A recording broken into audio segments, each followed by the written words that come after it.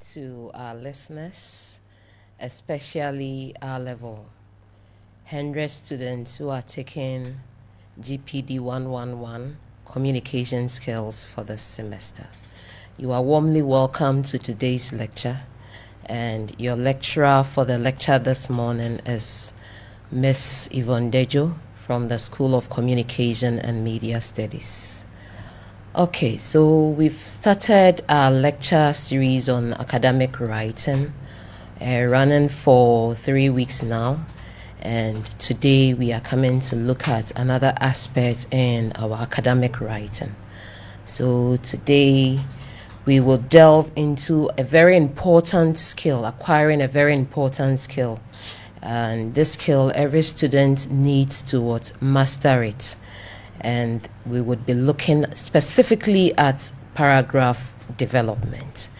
And what are some of the things we would look at, or what are some of the, yes, as part of today's lecture, would look at what a paragraph is, the structure of a paragraph, characteristics of a good paragraph, types of paragraph, and then the approaches or methods of developing our paragraphs. So let's sit and let's delve into what we are here to do this morning. So the first question I want to ask my students or all my listeners this morning is, try to take a paper and a pen and try to write in your thinking. You've been writing essays. So what is a paragraph? Put something down. What is a paragraph? Okay, very good. That's a good attempt. So let's see what a paragraph is. So for every piece of writing, it is important. You have a lot of thoughts that you want to share. And it is important to put that thought into, we would say, manageable units. And this manageable units through which you express your thoughts is what we refer to as what? Paragraph. So you don't want to just put everything together, but you want to put them in a certain manageable unit, or express your thought in a certain manageable unit. And this manageable unit is what we refer to as what? A paragraph. So we would say that a paragraph is a group of related sentences that develop a single idea.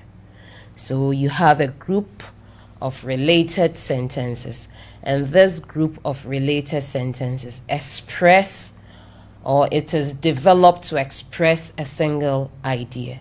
So we would say that in the writing of your academic essays, the paragraph serves as the building block that you use to develop your essay, and in each of that building block, it communicates a specific idea, just one main idea in the particular unit or the particular building block. So if we use the analogy of building a house, you know that anytime someone is building a house, they build it step by step with a block. So in that, using that sense, you are writing your essay, and we say that the paragraph helps you and serves as that building block where you are expressing your idea in bits, and that bit is what? The paragraph. Where in that whole paragraph, depending on the number of sentences you have, it can range from any number, let's say from 5 to 10. All those sentences would be expressing something about what? That single main idea. That is why we say they are related, because they are all having something to say about a single idea. Okay, so it is very important when we engage in the writing of our academic essays to use paragraphs. And this would help us. So we say that a well-developed paragraph, and this would help us, or this would ensure that the information we want to exchange would be clear, would be coherent, and would be what? Logically presented. So it is very Very important, sorry. So I hope we understand that and would like to move to the structure of the paragraph. So the paragraph has a structure. And when we talk in terms of the structure, that is the form that the paragraph should take, it has 3 sentences. The paragraph is made up of 3 sentences. So these 3 sentences, we have 1, the topic sentence, 2, the supporting sentences, and then 3, the concluding sentence. So please, the first one is a topic sentence. The second one is supporting sentences. And the third one is the concluding sentence. So let's look at what the topic sentence is. We said that it is the most important sentence in your paragraph. Why do you think it's the most important sentence in your paragraph? Can you guess? Why do you think so? Okay, that's good. So it is the most important because it is the sentence that communicates the topic of the paragraph. So it contains the main idea of the paragraph, or would say that it states the topic and the controlling idea of what? The paragraph. So the topic sentence helps your reader to know what the paragraph is going to talk about, or what idea is going to be shared in the paragraph. It is the topic sentence that helps us to identify what the paragraph is about. So that is why we say it is very important. So can we let's say, generate a topic sentence? Let's all try to generate a topic sentence. And we are saying that the topic sentence should have only one single idea, which is the topic that is going to be discussed in the entire paragraph. So I have this example here. You can add it to what you put down. So we have social media has significantly changed the way young people communicate. I'll take that again. Social media has significantly changed the way young people communicate. So that is what our topic sentence. So in this um, topic sentence, our topic is what? The social media. And it is the controlling idea with the topic is telling us about what? This new way, or the relevant way that students are, or yes, young people are now communicating. So that is what the topic sentence. So it means that in that paragraph, all that would be discussed is what? The significance, or the significant new way that social media is helping young adults to what? To communicate. Then we have the supporting sentences. The supporting sentences. The supporting sentences, they are the sentences that are developed to explain, or would say provide evidence in support of the topic sentence. So you have a topic sentence. The following sentences, that is what we are calling what? The supporting sentences. And what do? They provide details or additional information, or they serve as evidence to explain what is in the topic sentence. So how do we do that?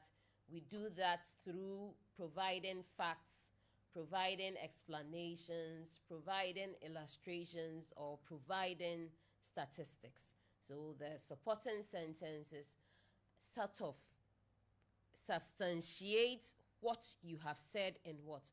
The topic sentence. So that is what the supporting sentences do. So since we have our topic sentence to be social media has significantly changed the way young people communicate, we can have this as our supporting sentences. So it allows instant messaging and video calls across continents. And then moreover, platforms like WhatsApp, Instagram encourage constant social interaction. So we are saying that it has significantly changed the way young people are communicating. So these sentences, which is allowing instant messaging. So traditionally, when we were writing letters, it can be an instant message. But the new way, that is why we are saying that social media has significantly changed the way young people are communicating, is that you can send a message and instantly the person will receive it. Then additionally, another supporting sentence is saying that social media platforms such as WhatsApp and Instagram allows you to have constant interaction with someone. We all know that you can make a video call and all that. So you see that these sentences I have read is providing or is giving additional information or explaining my topic sentence. So that is why we say they are supporting sentences. I hope that is clear. And then the third sentence in our paragraph is the concluding sentence. So this sums up, or we'll say it wraps the paragraph and then reinforces the main points that was expressed in the topic sentence. So let me add my concluding sentence to the other sentences I provided. So we can have clearly, social media has become a dominant force in modern communication. So I hope you got that. So clearly, social media has become a dominant force in modern communication. So you see that it's reinforces my topic sentence, which said that it has significantly changed how young people. So we are saying that it is now the dominant way of communicating in our current or contemporary dispensation. So I hope we got that. So our topic sentence, I'll read the sentences. Our topic sentence was social media has significantly changed the way young people communicate. And we say that the topic sentence is that sentence in the paragraph that expresses or tells you what the paragraph is going to discuss or what the paragraph is about. And it only carries one main idea. Just one, a single main idea. And then you have the supporting sentences, which are the following sentences, which explains or provide detail in support of the main idea in your topic sentence. So we would say the supporting sentence sort of explains or serves as an explanation for your topic sentence. And then your concluding sentence sums up or wraps up the paragraph. Okay. Now, when it comes to the structure of the paragraph as well, we said that the topic sentence is the most important sentence in the paragraph. Now, the topic sentence can occupy 3 positions in the paragraph. The first position it can occupy in the paragraph is it can be at the beginning of the paragraph.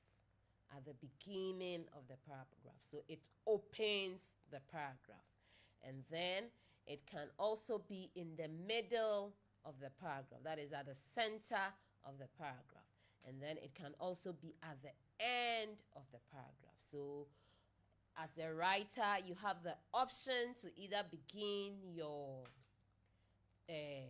paragraph with your topic sentence, or you place it in the middle of the paragraph or at the end of the paragraph. I hope that is clear. Okay, so we want to move on and look at the characteristics of a good paragraph. So it is not enough to have a group of related sentences. It is not enough. The paragraph has to have certain characteristics for us to say that, okay, this is what a good paragraph. So it is important that anytime we listen to this, so that anytime we are crafting our paragraph, we make sure that we have a good paragraph. It's not that we are just putting sentences together to communicate a single idea or a main idea or a key idea. No, it has to be a good one. And what would make it a good one? That is what we want to look at. So I would list them and then I'll take them one after the other and explain them. So we have unity, we have coherence, and then we have adequate development, and in some other times it is still called completeness. So, or you would see adequacy. They are all expressing the same thing. So we can have adequate development or adequacy or completeness. So these are the three characteristics of a good paragraph, or the qualities of what a good paragraph. So I want to bring this analogy, maybe to help you to better understand what I am saying. As young adults coming, sometimes you see a gentleman and you say that this is what a good husband material. So what are the things you see in the person that is why you are saying this is a good husband material? Or when you see a lady, you say that, oh, this is a good wife material. I don't know how many yards it is though. So what is it that you are seeing? You are seeing certain qualities that you like. That is why you are saying that this person is either a good husband material or a good wife material. So in the same vein, the paragraph has to exhibit certain characteristics for us to say that, okay, this is a good paragraph. And it is very, very important we pay attention to this and get the skills. So I am saying that for us to identify a paragraph as a good one, it must exhibit these characteristics, which is what? Unity, coherence, and development. So let's look at what unity is. When we talk about unity, it's where all the sentences within the paragraph must have something to say which is supporting the main idea. So every sentence in the paragraph must express something which supports the main idea. So if you look at the example I used early on, you would realize that the topic sentence plus the supporting sentences and the concluding sentence, they all had something that supports what? Social media being the significant way of what? Or new way of what? Communicating for what? Young adults. So all of the sentence had something to say about what? Social media. So that is what we are referring to as what? Unity. So the sentences in the paragraph must all focus on the single central idea introduced by the topic. None of the sentences should be saying something different. They should all be related. That is why we even said in our definition that they are related sentences. They are related because they are all saying something or expressing something about what? The topic or the main idea in the topic sentence. And when you have any sentence which is not related to that single idea or main idea, then we say that you have disrupted the unity of what? The paragraph. I hope we got that. So I would use another example. to help us to get that. So if we have a topic sentence which is talking about the benefits of physical exercise, physical exercise, it means that every sentence in that paragraph should have something to say about the benefits or the importance of what? Physical exercise. It should not be talking about sleeping or eating or anything like that. Not at all. They should all be expressing the benefits of when we engage in what? Physical exercise. What we derive or what we gain from it. Very good. I hope we got that about unity. Then we want to move on to coherence. Coherence is the logical presentation or logical organization and connecting one sentence to what?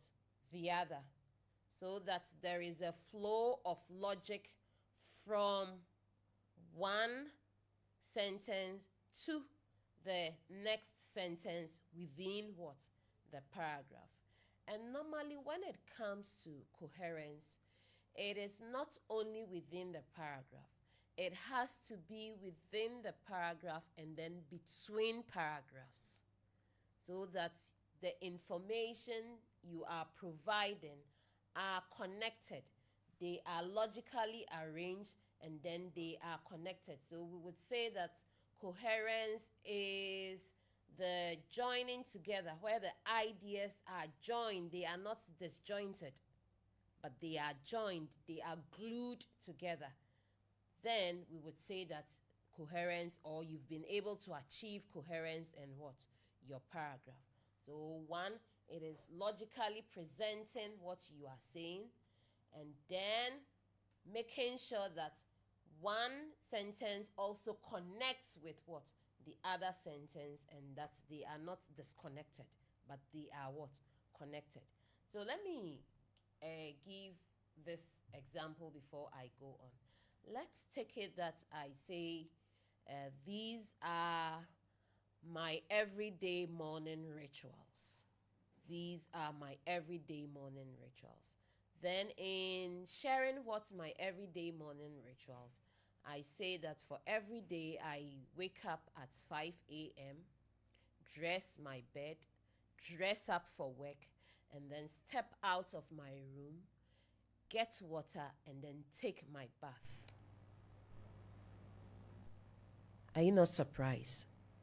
Yes, you are surprised, because you just heard me say, after dressing my bed, I dress for work before I step out to go and fetch water to take my bath.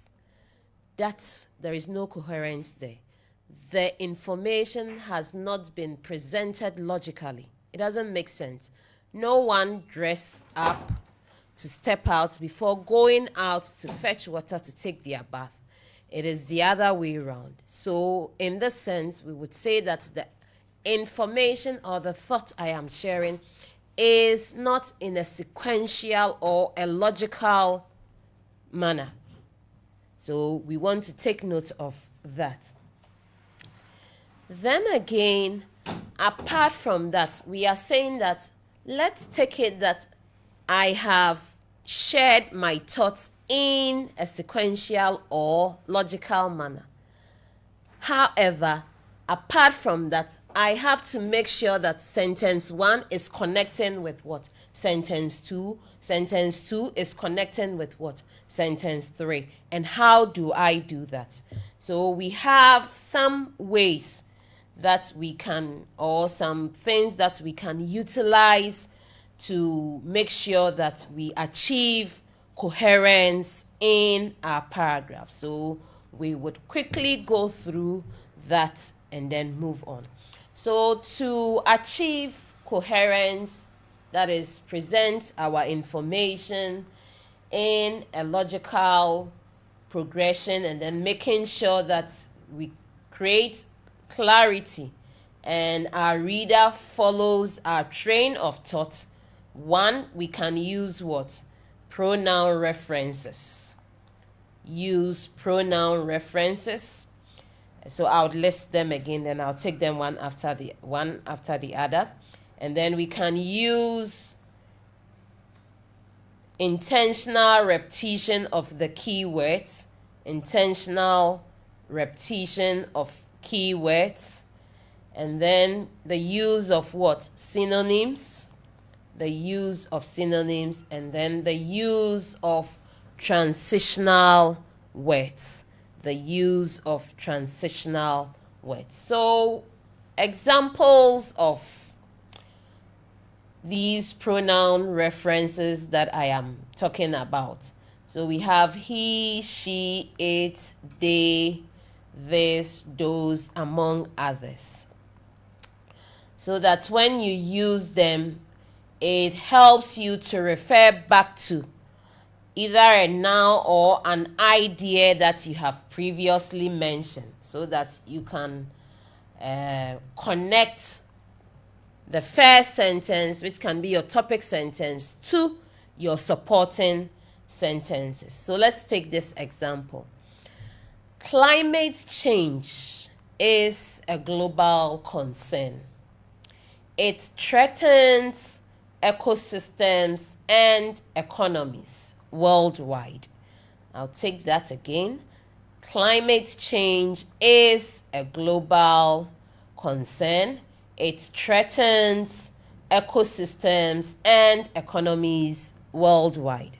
So in this sentence, our topic or the topic sentence is climate change is a global concern. Then the supporting sentence starts, it threatens ecosystem. So the use of it there is referring back to what? Climate change. So instead of repeating climate change threatens ecosystem, we have used what? The pronoun reference to refer back to what? The noun climate what? Change. I hope that is clear. So that is the use of pronoun reference. Then we want to look at repetition of keywords. I'm trying to say repetition.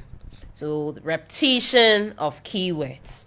So this we say is a deliberate repetition or deliberately repeating important words or phrases to reinforce the main point and ensure continuity throughout what?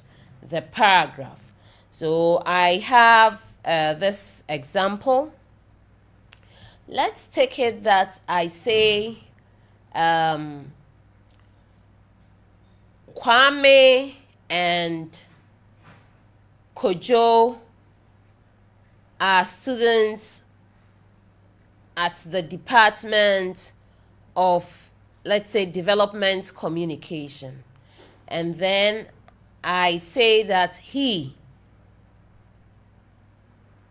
Now, if my next sentence says he, the question would be, is it Kwame or it is Kojo? Who? Because maybe the next sentence will not be expressing something about both of them, but I want to express something about just one of them. I cannot use he because Kwame is he. Kojo is also what? He. So I have to repeat the person's name so that we are clear who exactly you are speaking about. So I can use what? Kwame. Or we can have this where we want to reinforce. So another example, effective communication is essential in leadership. Without clear communication, team members may feel lost. Good leaders prioritize communication in all interactions. So here you see that there is a repetition of what? Communication, to emphasize that the speaker is saying or have a lot, or is repeating the use of communication for what? Emphasis. Apart from that, the speaker is connecting the first sentence, which is our topic sentence, to the second sentence and the third sentences, which are what? The supporting sentences. Then we have the use of synonyms. The use of synonyms. So we can also use synonyms to avoid repetition of the same word. So instead of repeating the same words, we can use synonyms, and as we use synonyms, it will connect the topic sentence to the supporting sentence to the concluding sentence. So I can have this example. Mothers are epitome of love. Mothers are epitome of what? Love. Their compassion for their children is immeasurable. So I have love in the first sentence. I have used compassion. Compassion is a synonym of love. So instead of saying that their love for their children is immeasurable, which would be a repetition of love, I can use what? A synonym which would connect my topic sentence to my supporting sentences. Or I can go on and say they are passionate about every issue that concerns their children. So passionate is also another synonym of what? Of love. I hope we got that. So that is how we can use synonyms to ensure that we achieve coherence in our paragraph. Then we move on to the use of transitional words or phrases. So I would give some examples of transitional words. So we have transitional words like addition, however, as a result, on the other hand, for instance, which helps us to bridge a sentence, create bridge between what? Sentences or what? Ideas. So you create bridge, as I mentioned, within the paragraph and then between the paragraph. And this would help your reader to follow the flow of what? Your conversation or your thoughts in the paragraph. So, for instance, I have here, online learning offers flexibility. Online learning offers flexibility. However, it can also present challenges in student engagement. So my use of however there connects my topic sentence, which is what?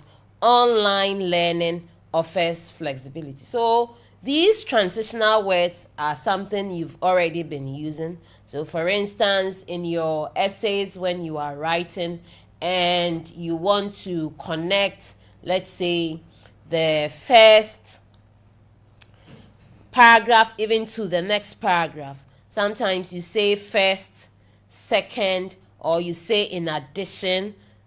You get that? So when you use in addition, it means you are coming to add information, or you say furthermore to add up.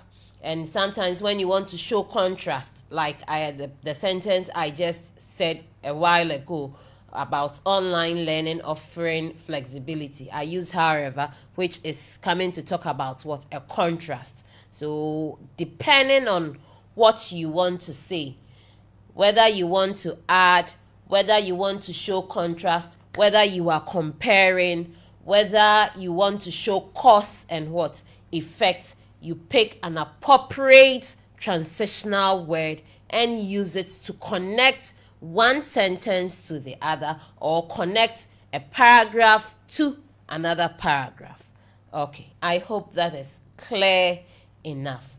So we're looking at the good qualities of what?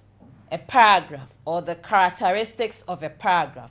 And I started with what unity is, and then I just ended what coherence is. So we said coherence is the logical presentation of your ideas, and in presenting your ideas, it should be flow in a chronological manner. And then apart from that, the ideas, apart from flowing in chronological manner, one idea or one sentence should connect with what?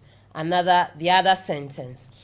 So we are done with coherence, and I hope you got that. Now we want to move on to the last characteristics of a good paragraph, which is adequate development. I said it can be adequate development, it can be completeness, or it can be development. And this has to do with providing sufficient information to support the point or the topic in the topic sentence. So the topic or the idea you speak to, discuss within the paragraph, should be fully explained and adequately supported with evidence. So simply, when we talk about adequate development, it means enough or sufficient information, providing enough or sufficient information. So we would say that it should be a thorough explanation, a thorough provision of what? Evidence, where you ensure that your reader gains complete understanding of the paragraph you have developed. When I finish reading your paragraph, or when your readers are done reading with your paragraph, they should not be left with a lot of unanswered questions. They should not be left with a lot of unanswered questions, or the paragraph is vague and underdeveloped. It won't help you. So provide enough information so that if your topic sentence says, the 3 reasons why I love University of Education Winneba, after reading your paragraph, we should not be searching for the 3rd point. We should have all the 3 reasons why you love University of Education. Then we would say that you have adequately or sufficiently developed what? That paragraph. So whatever information is needed to explain the paragraph, make sure to provide it. And we have told you that is where you would provide the detail, the explanation from the sources you have consulted to substantiate your topic sentence, or the topic you seek to raise in what? That particular paragraph. I hope we get that. Okay. Now we want to quickly run through the types of paragraphs. Types of paragraphs. As usual, I would list them and then I'll take them one after the other. So we have organic paragraph, inorganic paragraph, structural paragraph, mainstream paragraph, deductive paragraph, and inductive paragraph. I hope you got all of that. So let's start looking at them one after the other. Now, how do you understand the word organic? Put something on paper. We've been hearing all over the place, organic, organic, organic. So what's organic? Okay, good for putting that down. Now, with what you have on paper as the meaning of organic, and now we are saying organic paragraph. What do you think it is? An organic paragraph. Okay, that's good. I want to believe most of you wrote natural. So if we say a natural paragraph, then what would it be? What do you think a natural paragraph would be? Very good. Yes. So we mentioned a while ago, or we learned a while ago, or we discussed a while ago that it is important for our paragraphs to be what? Good paragraphs. And good paragraphs should exhibit unity, coherence, and development. So that would make it what? A natural paragraph. So when we talk about an organic paragraph, it is the paragraph that has been sufficiently developed. And when we say sufficiently developed, it means it has unity, coherence, and adequate development. So that is an organic paragraph. Now, what do you think an inorganic paragraph is? If organic paragraph is the paragraph that has been sufficiently developed, then what would be an inorganic paragraph? Very good. That's excellent of you. So an inorganic paragraph is a paragraph that is not sufficiently developed. It is not sufficiently developed. Why? Because it lacks either one or more of what? The qualities of what? A good paragraph. So when you have a paragraph that has unity, has coherence, but lacks adequate development, it is inorganic. Or it lacks unity, but it has adequate development and coherence, it is still inorganic. Every day, anytime, your paragraph should have all the three elements of what? A good paragraph. So when it lacks either one or more of this element, we say that it is what?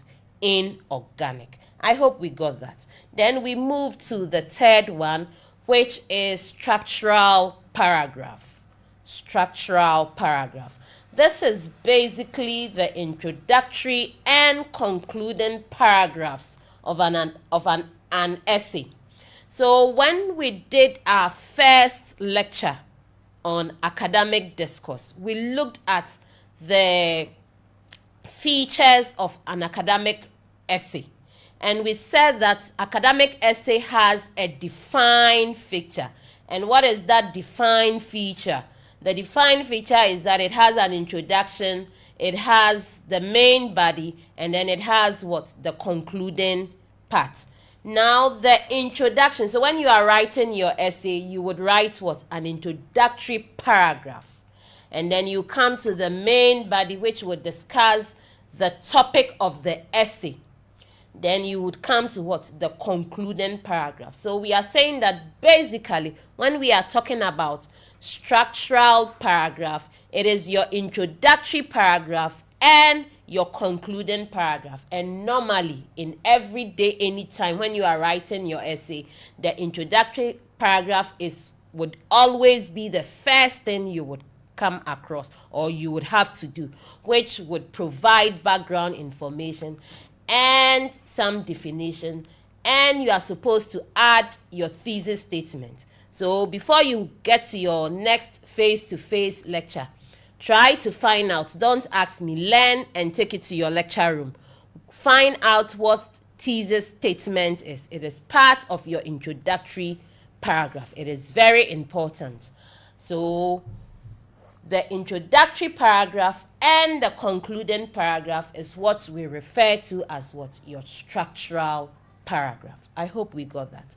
Then we have the mainstream paragraph. And we say that this is the body paragraphs. It is normally not one. You can have several mainstream paragraphs because that is where your essay proper is. So we say that it is the body paragraphs of what? The essay that develops the core arguments and evidence related to what? The main topic that the essay seeks to what? Discuss. So let me use this example. Let's take it that you've been tasked to write an essay on the causes of what? teenage pregnancy, on the causes of teenage pregnancy. Now, let's write the causes of teenage pregnancy. I'm sure you know all the causes of teenage pregnancy. Broken home, curiosity, peer pressure, financial constraints. So these things can cause teenage pregnancy. Now, that is what you would be discussing in the body.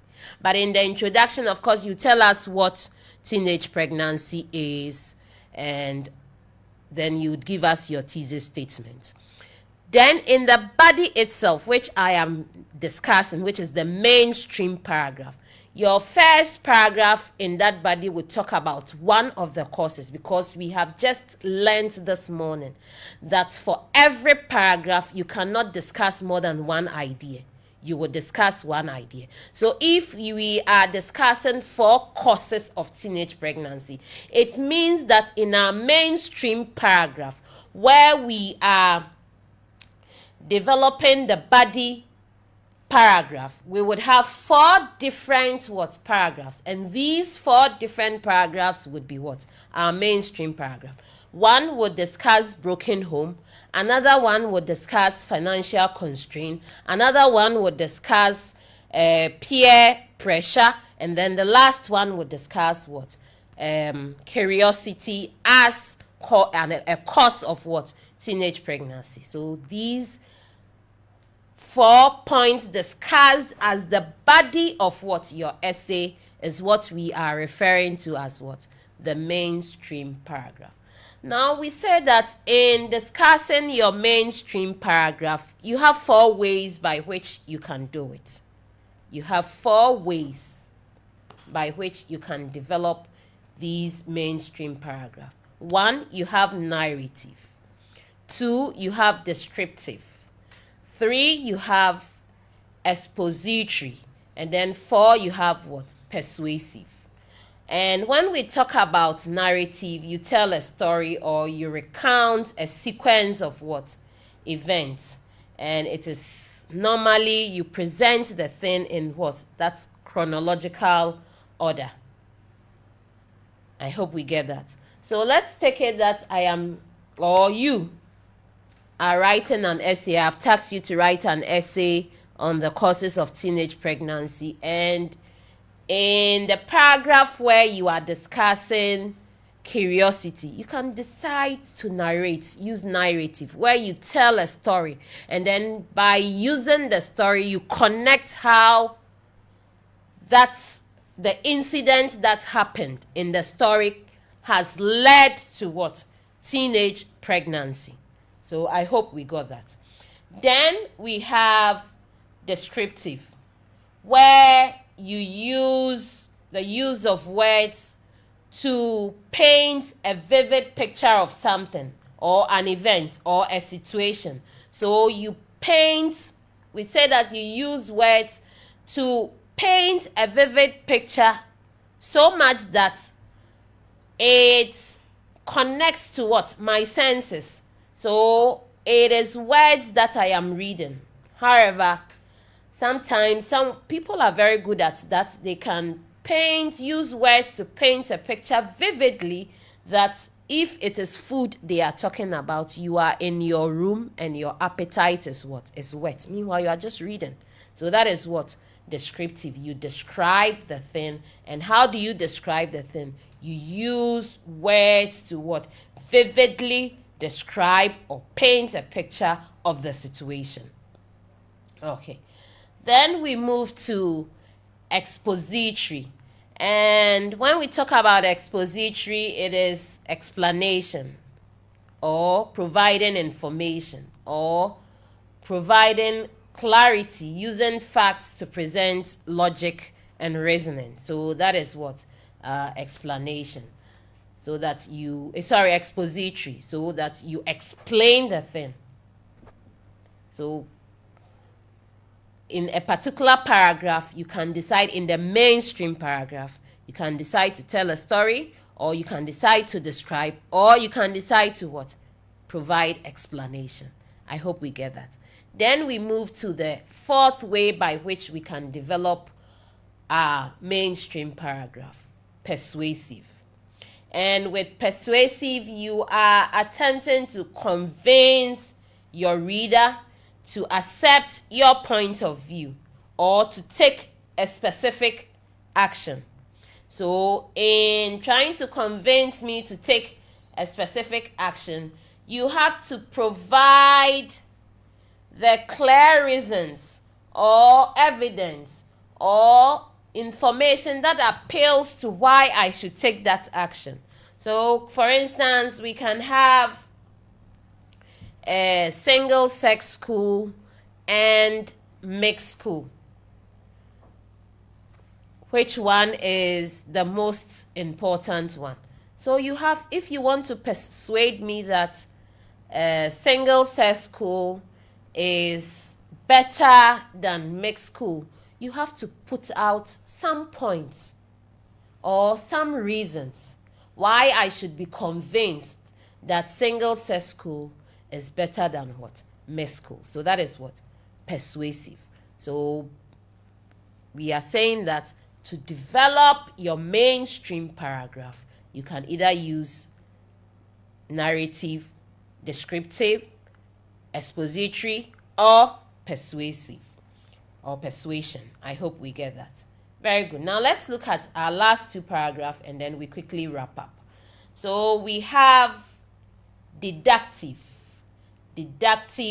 paragraph, which is a paragraph that begins with the topic sentence and ends with what? The supporting details.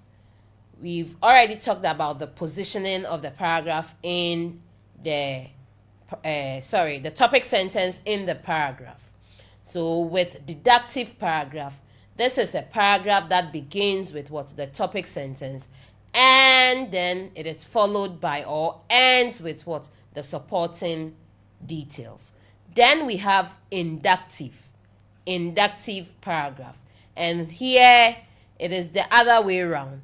It begins with the supporting details, that is the supporting sentences, and then ends with what? The topic sentence. I hope you got that. Very good. You can be putting your questions down. If you have any contribution you want to add, you can also put it down. Very soon I'll share the number with you and then you would call in. Now we want to look at the last thing. How you can, methods by which you can approach, or the approaches or methods by which you can develop your paragraph. So we said that the supporting sentences explains what? The topic sentence. So how do you go about developing your supporting sentences which would explain what? Your topic sentence. You can use what? Illustrations and examples. So you can also use facts and statistics to providing facts and statistics to develop your supporting sentences. You can do comparison and contrast where you show similarities or differences. Then you can do cause and effect, explaining reasons and then their outcomes. And then you can do classification, that is dividing a subject or something into what? Categories. And then you can also do what? Persuasion, where you put forth some arguments or reasons why your reader or your receiver should agree with your point of view, or, like I mentioned earlier on, take a certain action. Okay, so my learners, this morning, the skill we've been sharing is how to develop our paragraphs. And it is not only developing a paragraph. The paragraph should be what? A good one. And when you develop a good paragraph, you would be able to communicate meaningfully to your receiver. So we say that in developing a good paragraph, the paragraph has to express only one main idea. So even if you have 10 paragraphs, each paragraph should express only one main idea. And in expressing that main idea, it has to be a good paragraph. And how can it be a good paragraph? There must be unity, there must be coherence, there must be what? Adequate development. Then again, to achieve that, you have to use what? Pronoun references. You have to use transitional words. You have to make sure that the ideas you are putting forth are logically or chronologically and arranged and flowing in what? Or connecting with what? One another. So that there would be clarity and your reader would follow your flow of what? Thought. I hope you get that. So I would end by saying that it is very important. It is very important to make sure that anytime we engage in any academic essay, we use good paragraphs, which means don't just put sentences together. It has to be what? A good one. And being a good one, all the sentences must be a unified sentences expressing a single thought. And it should be developed well by providing enough explanation and evidence. And then in terms of the organization of your paragraph, your thoughts or the ideas you are sharing should be logically arranged and they should be connected. They should not be disjointed, or else your receiver will not get what you are saying, because we have learned in our first learning that anytime we communicate, meaning has to be shared. And this constructing or generating good paragraph would help you to communicate meaningfully to your receivers. Thank you very much. The line to call in is 050-392-3158. So keep your questions coming and let's interact.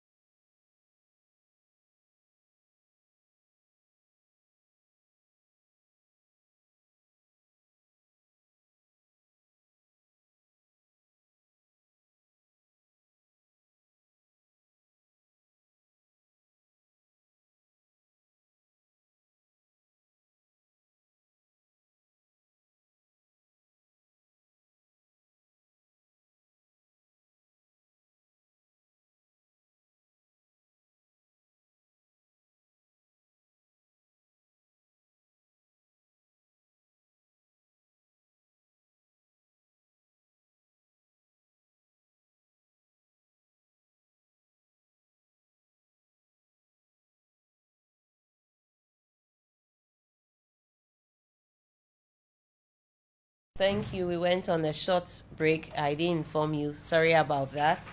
Our number again is 050-392-3158. So you can either call or send an SMS or a WhatsApp message with your questions and contribution. Please, when you call, you have to let us know who you are and the department from which you are coming from, and then you put forth your question. Thank you very much. Please call. You can call to either comment or ask a question.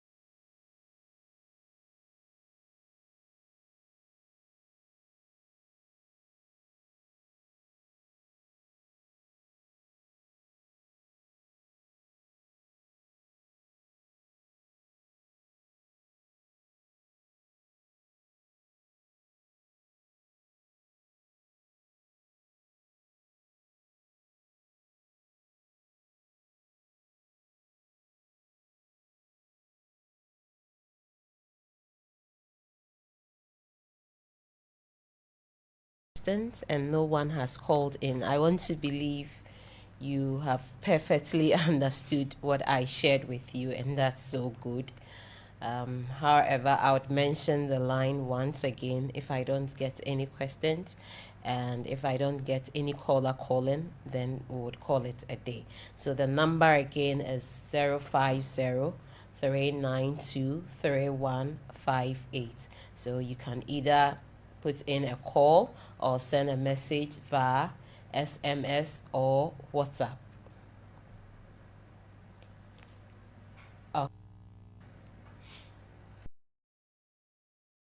My cherished students, this morning we came and we had a discussion on developing paragraphs as part of our academic writing.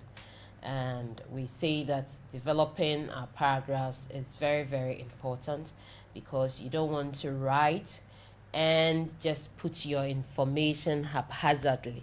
You want to make sure that you arrange whatever you are sharing or your thoughts in a good way, so that your readers can read and follow the logic that or the reason that you want to share with them. So it is very important for your stay here as a member of this academic discourse. And we've already stated over and over again that when it comes to the academic discourse community, one of the genres that we use as part of our academic discourse is what? Academic writing. And mastering your paragraph development would help you to communicate well, would make your essays more persuasive, clear, and academically sound.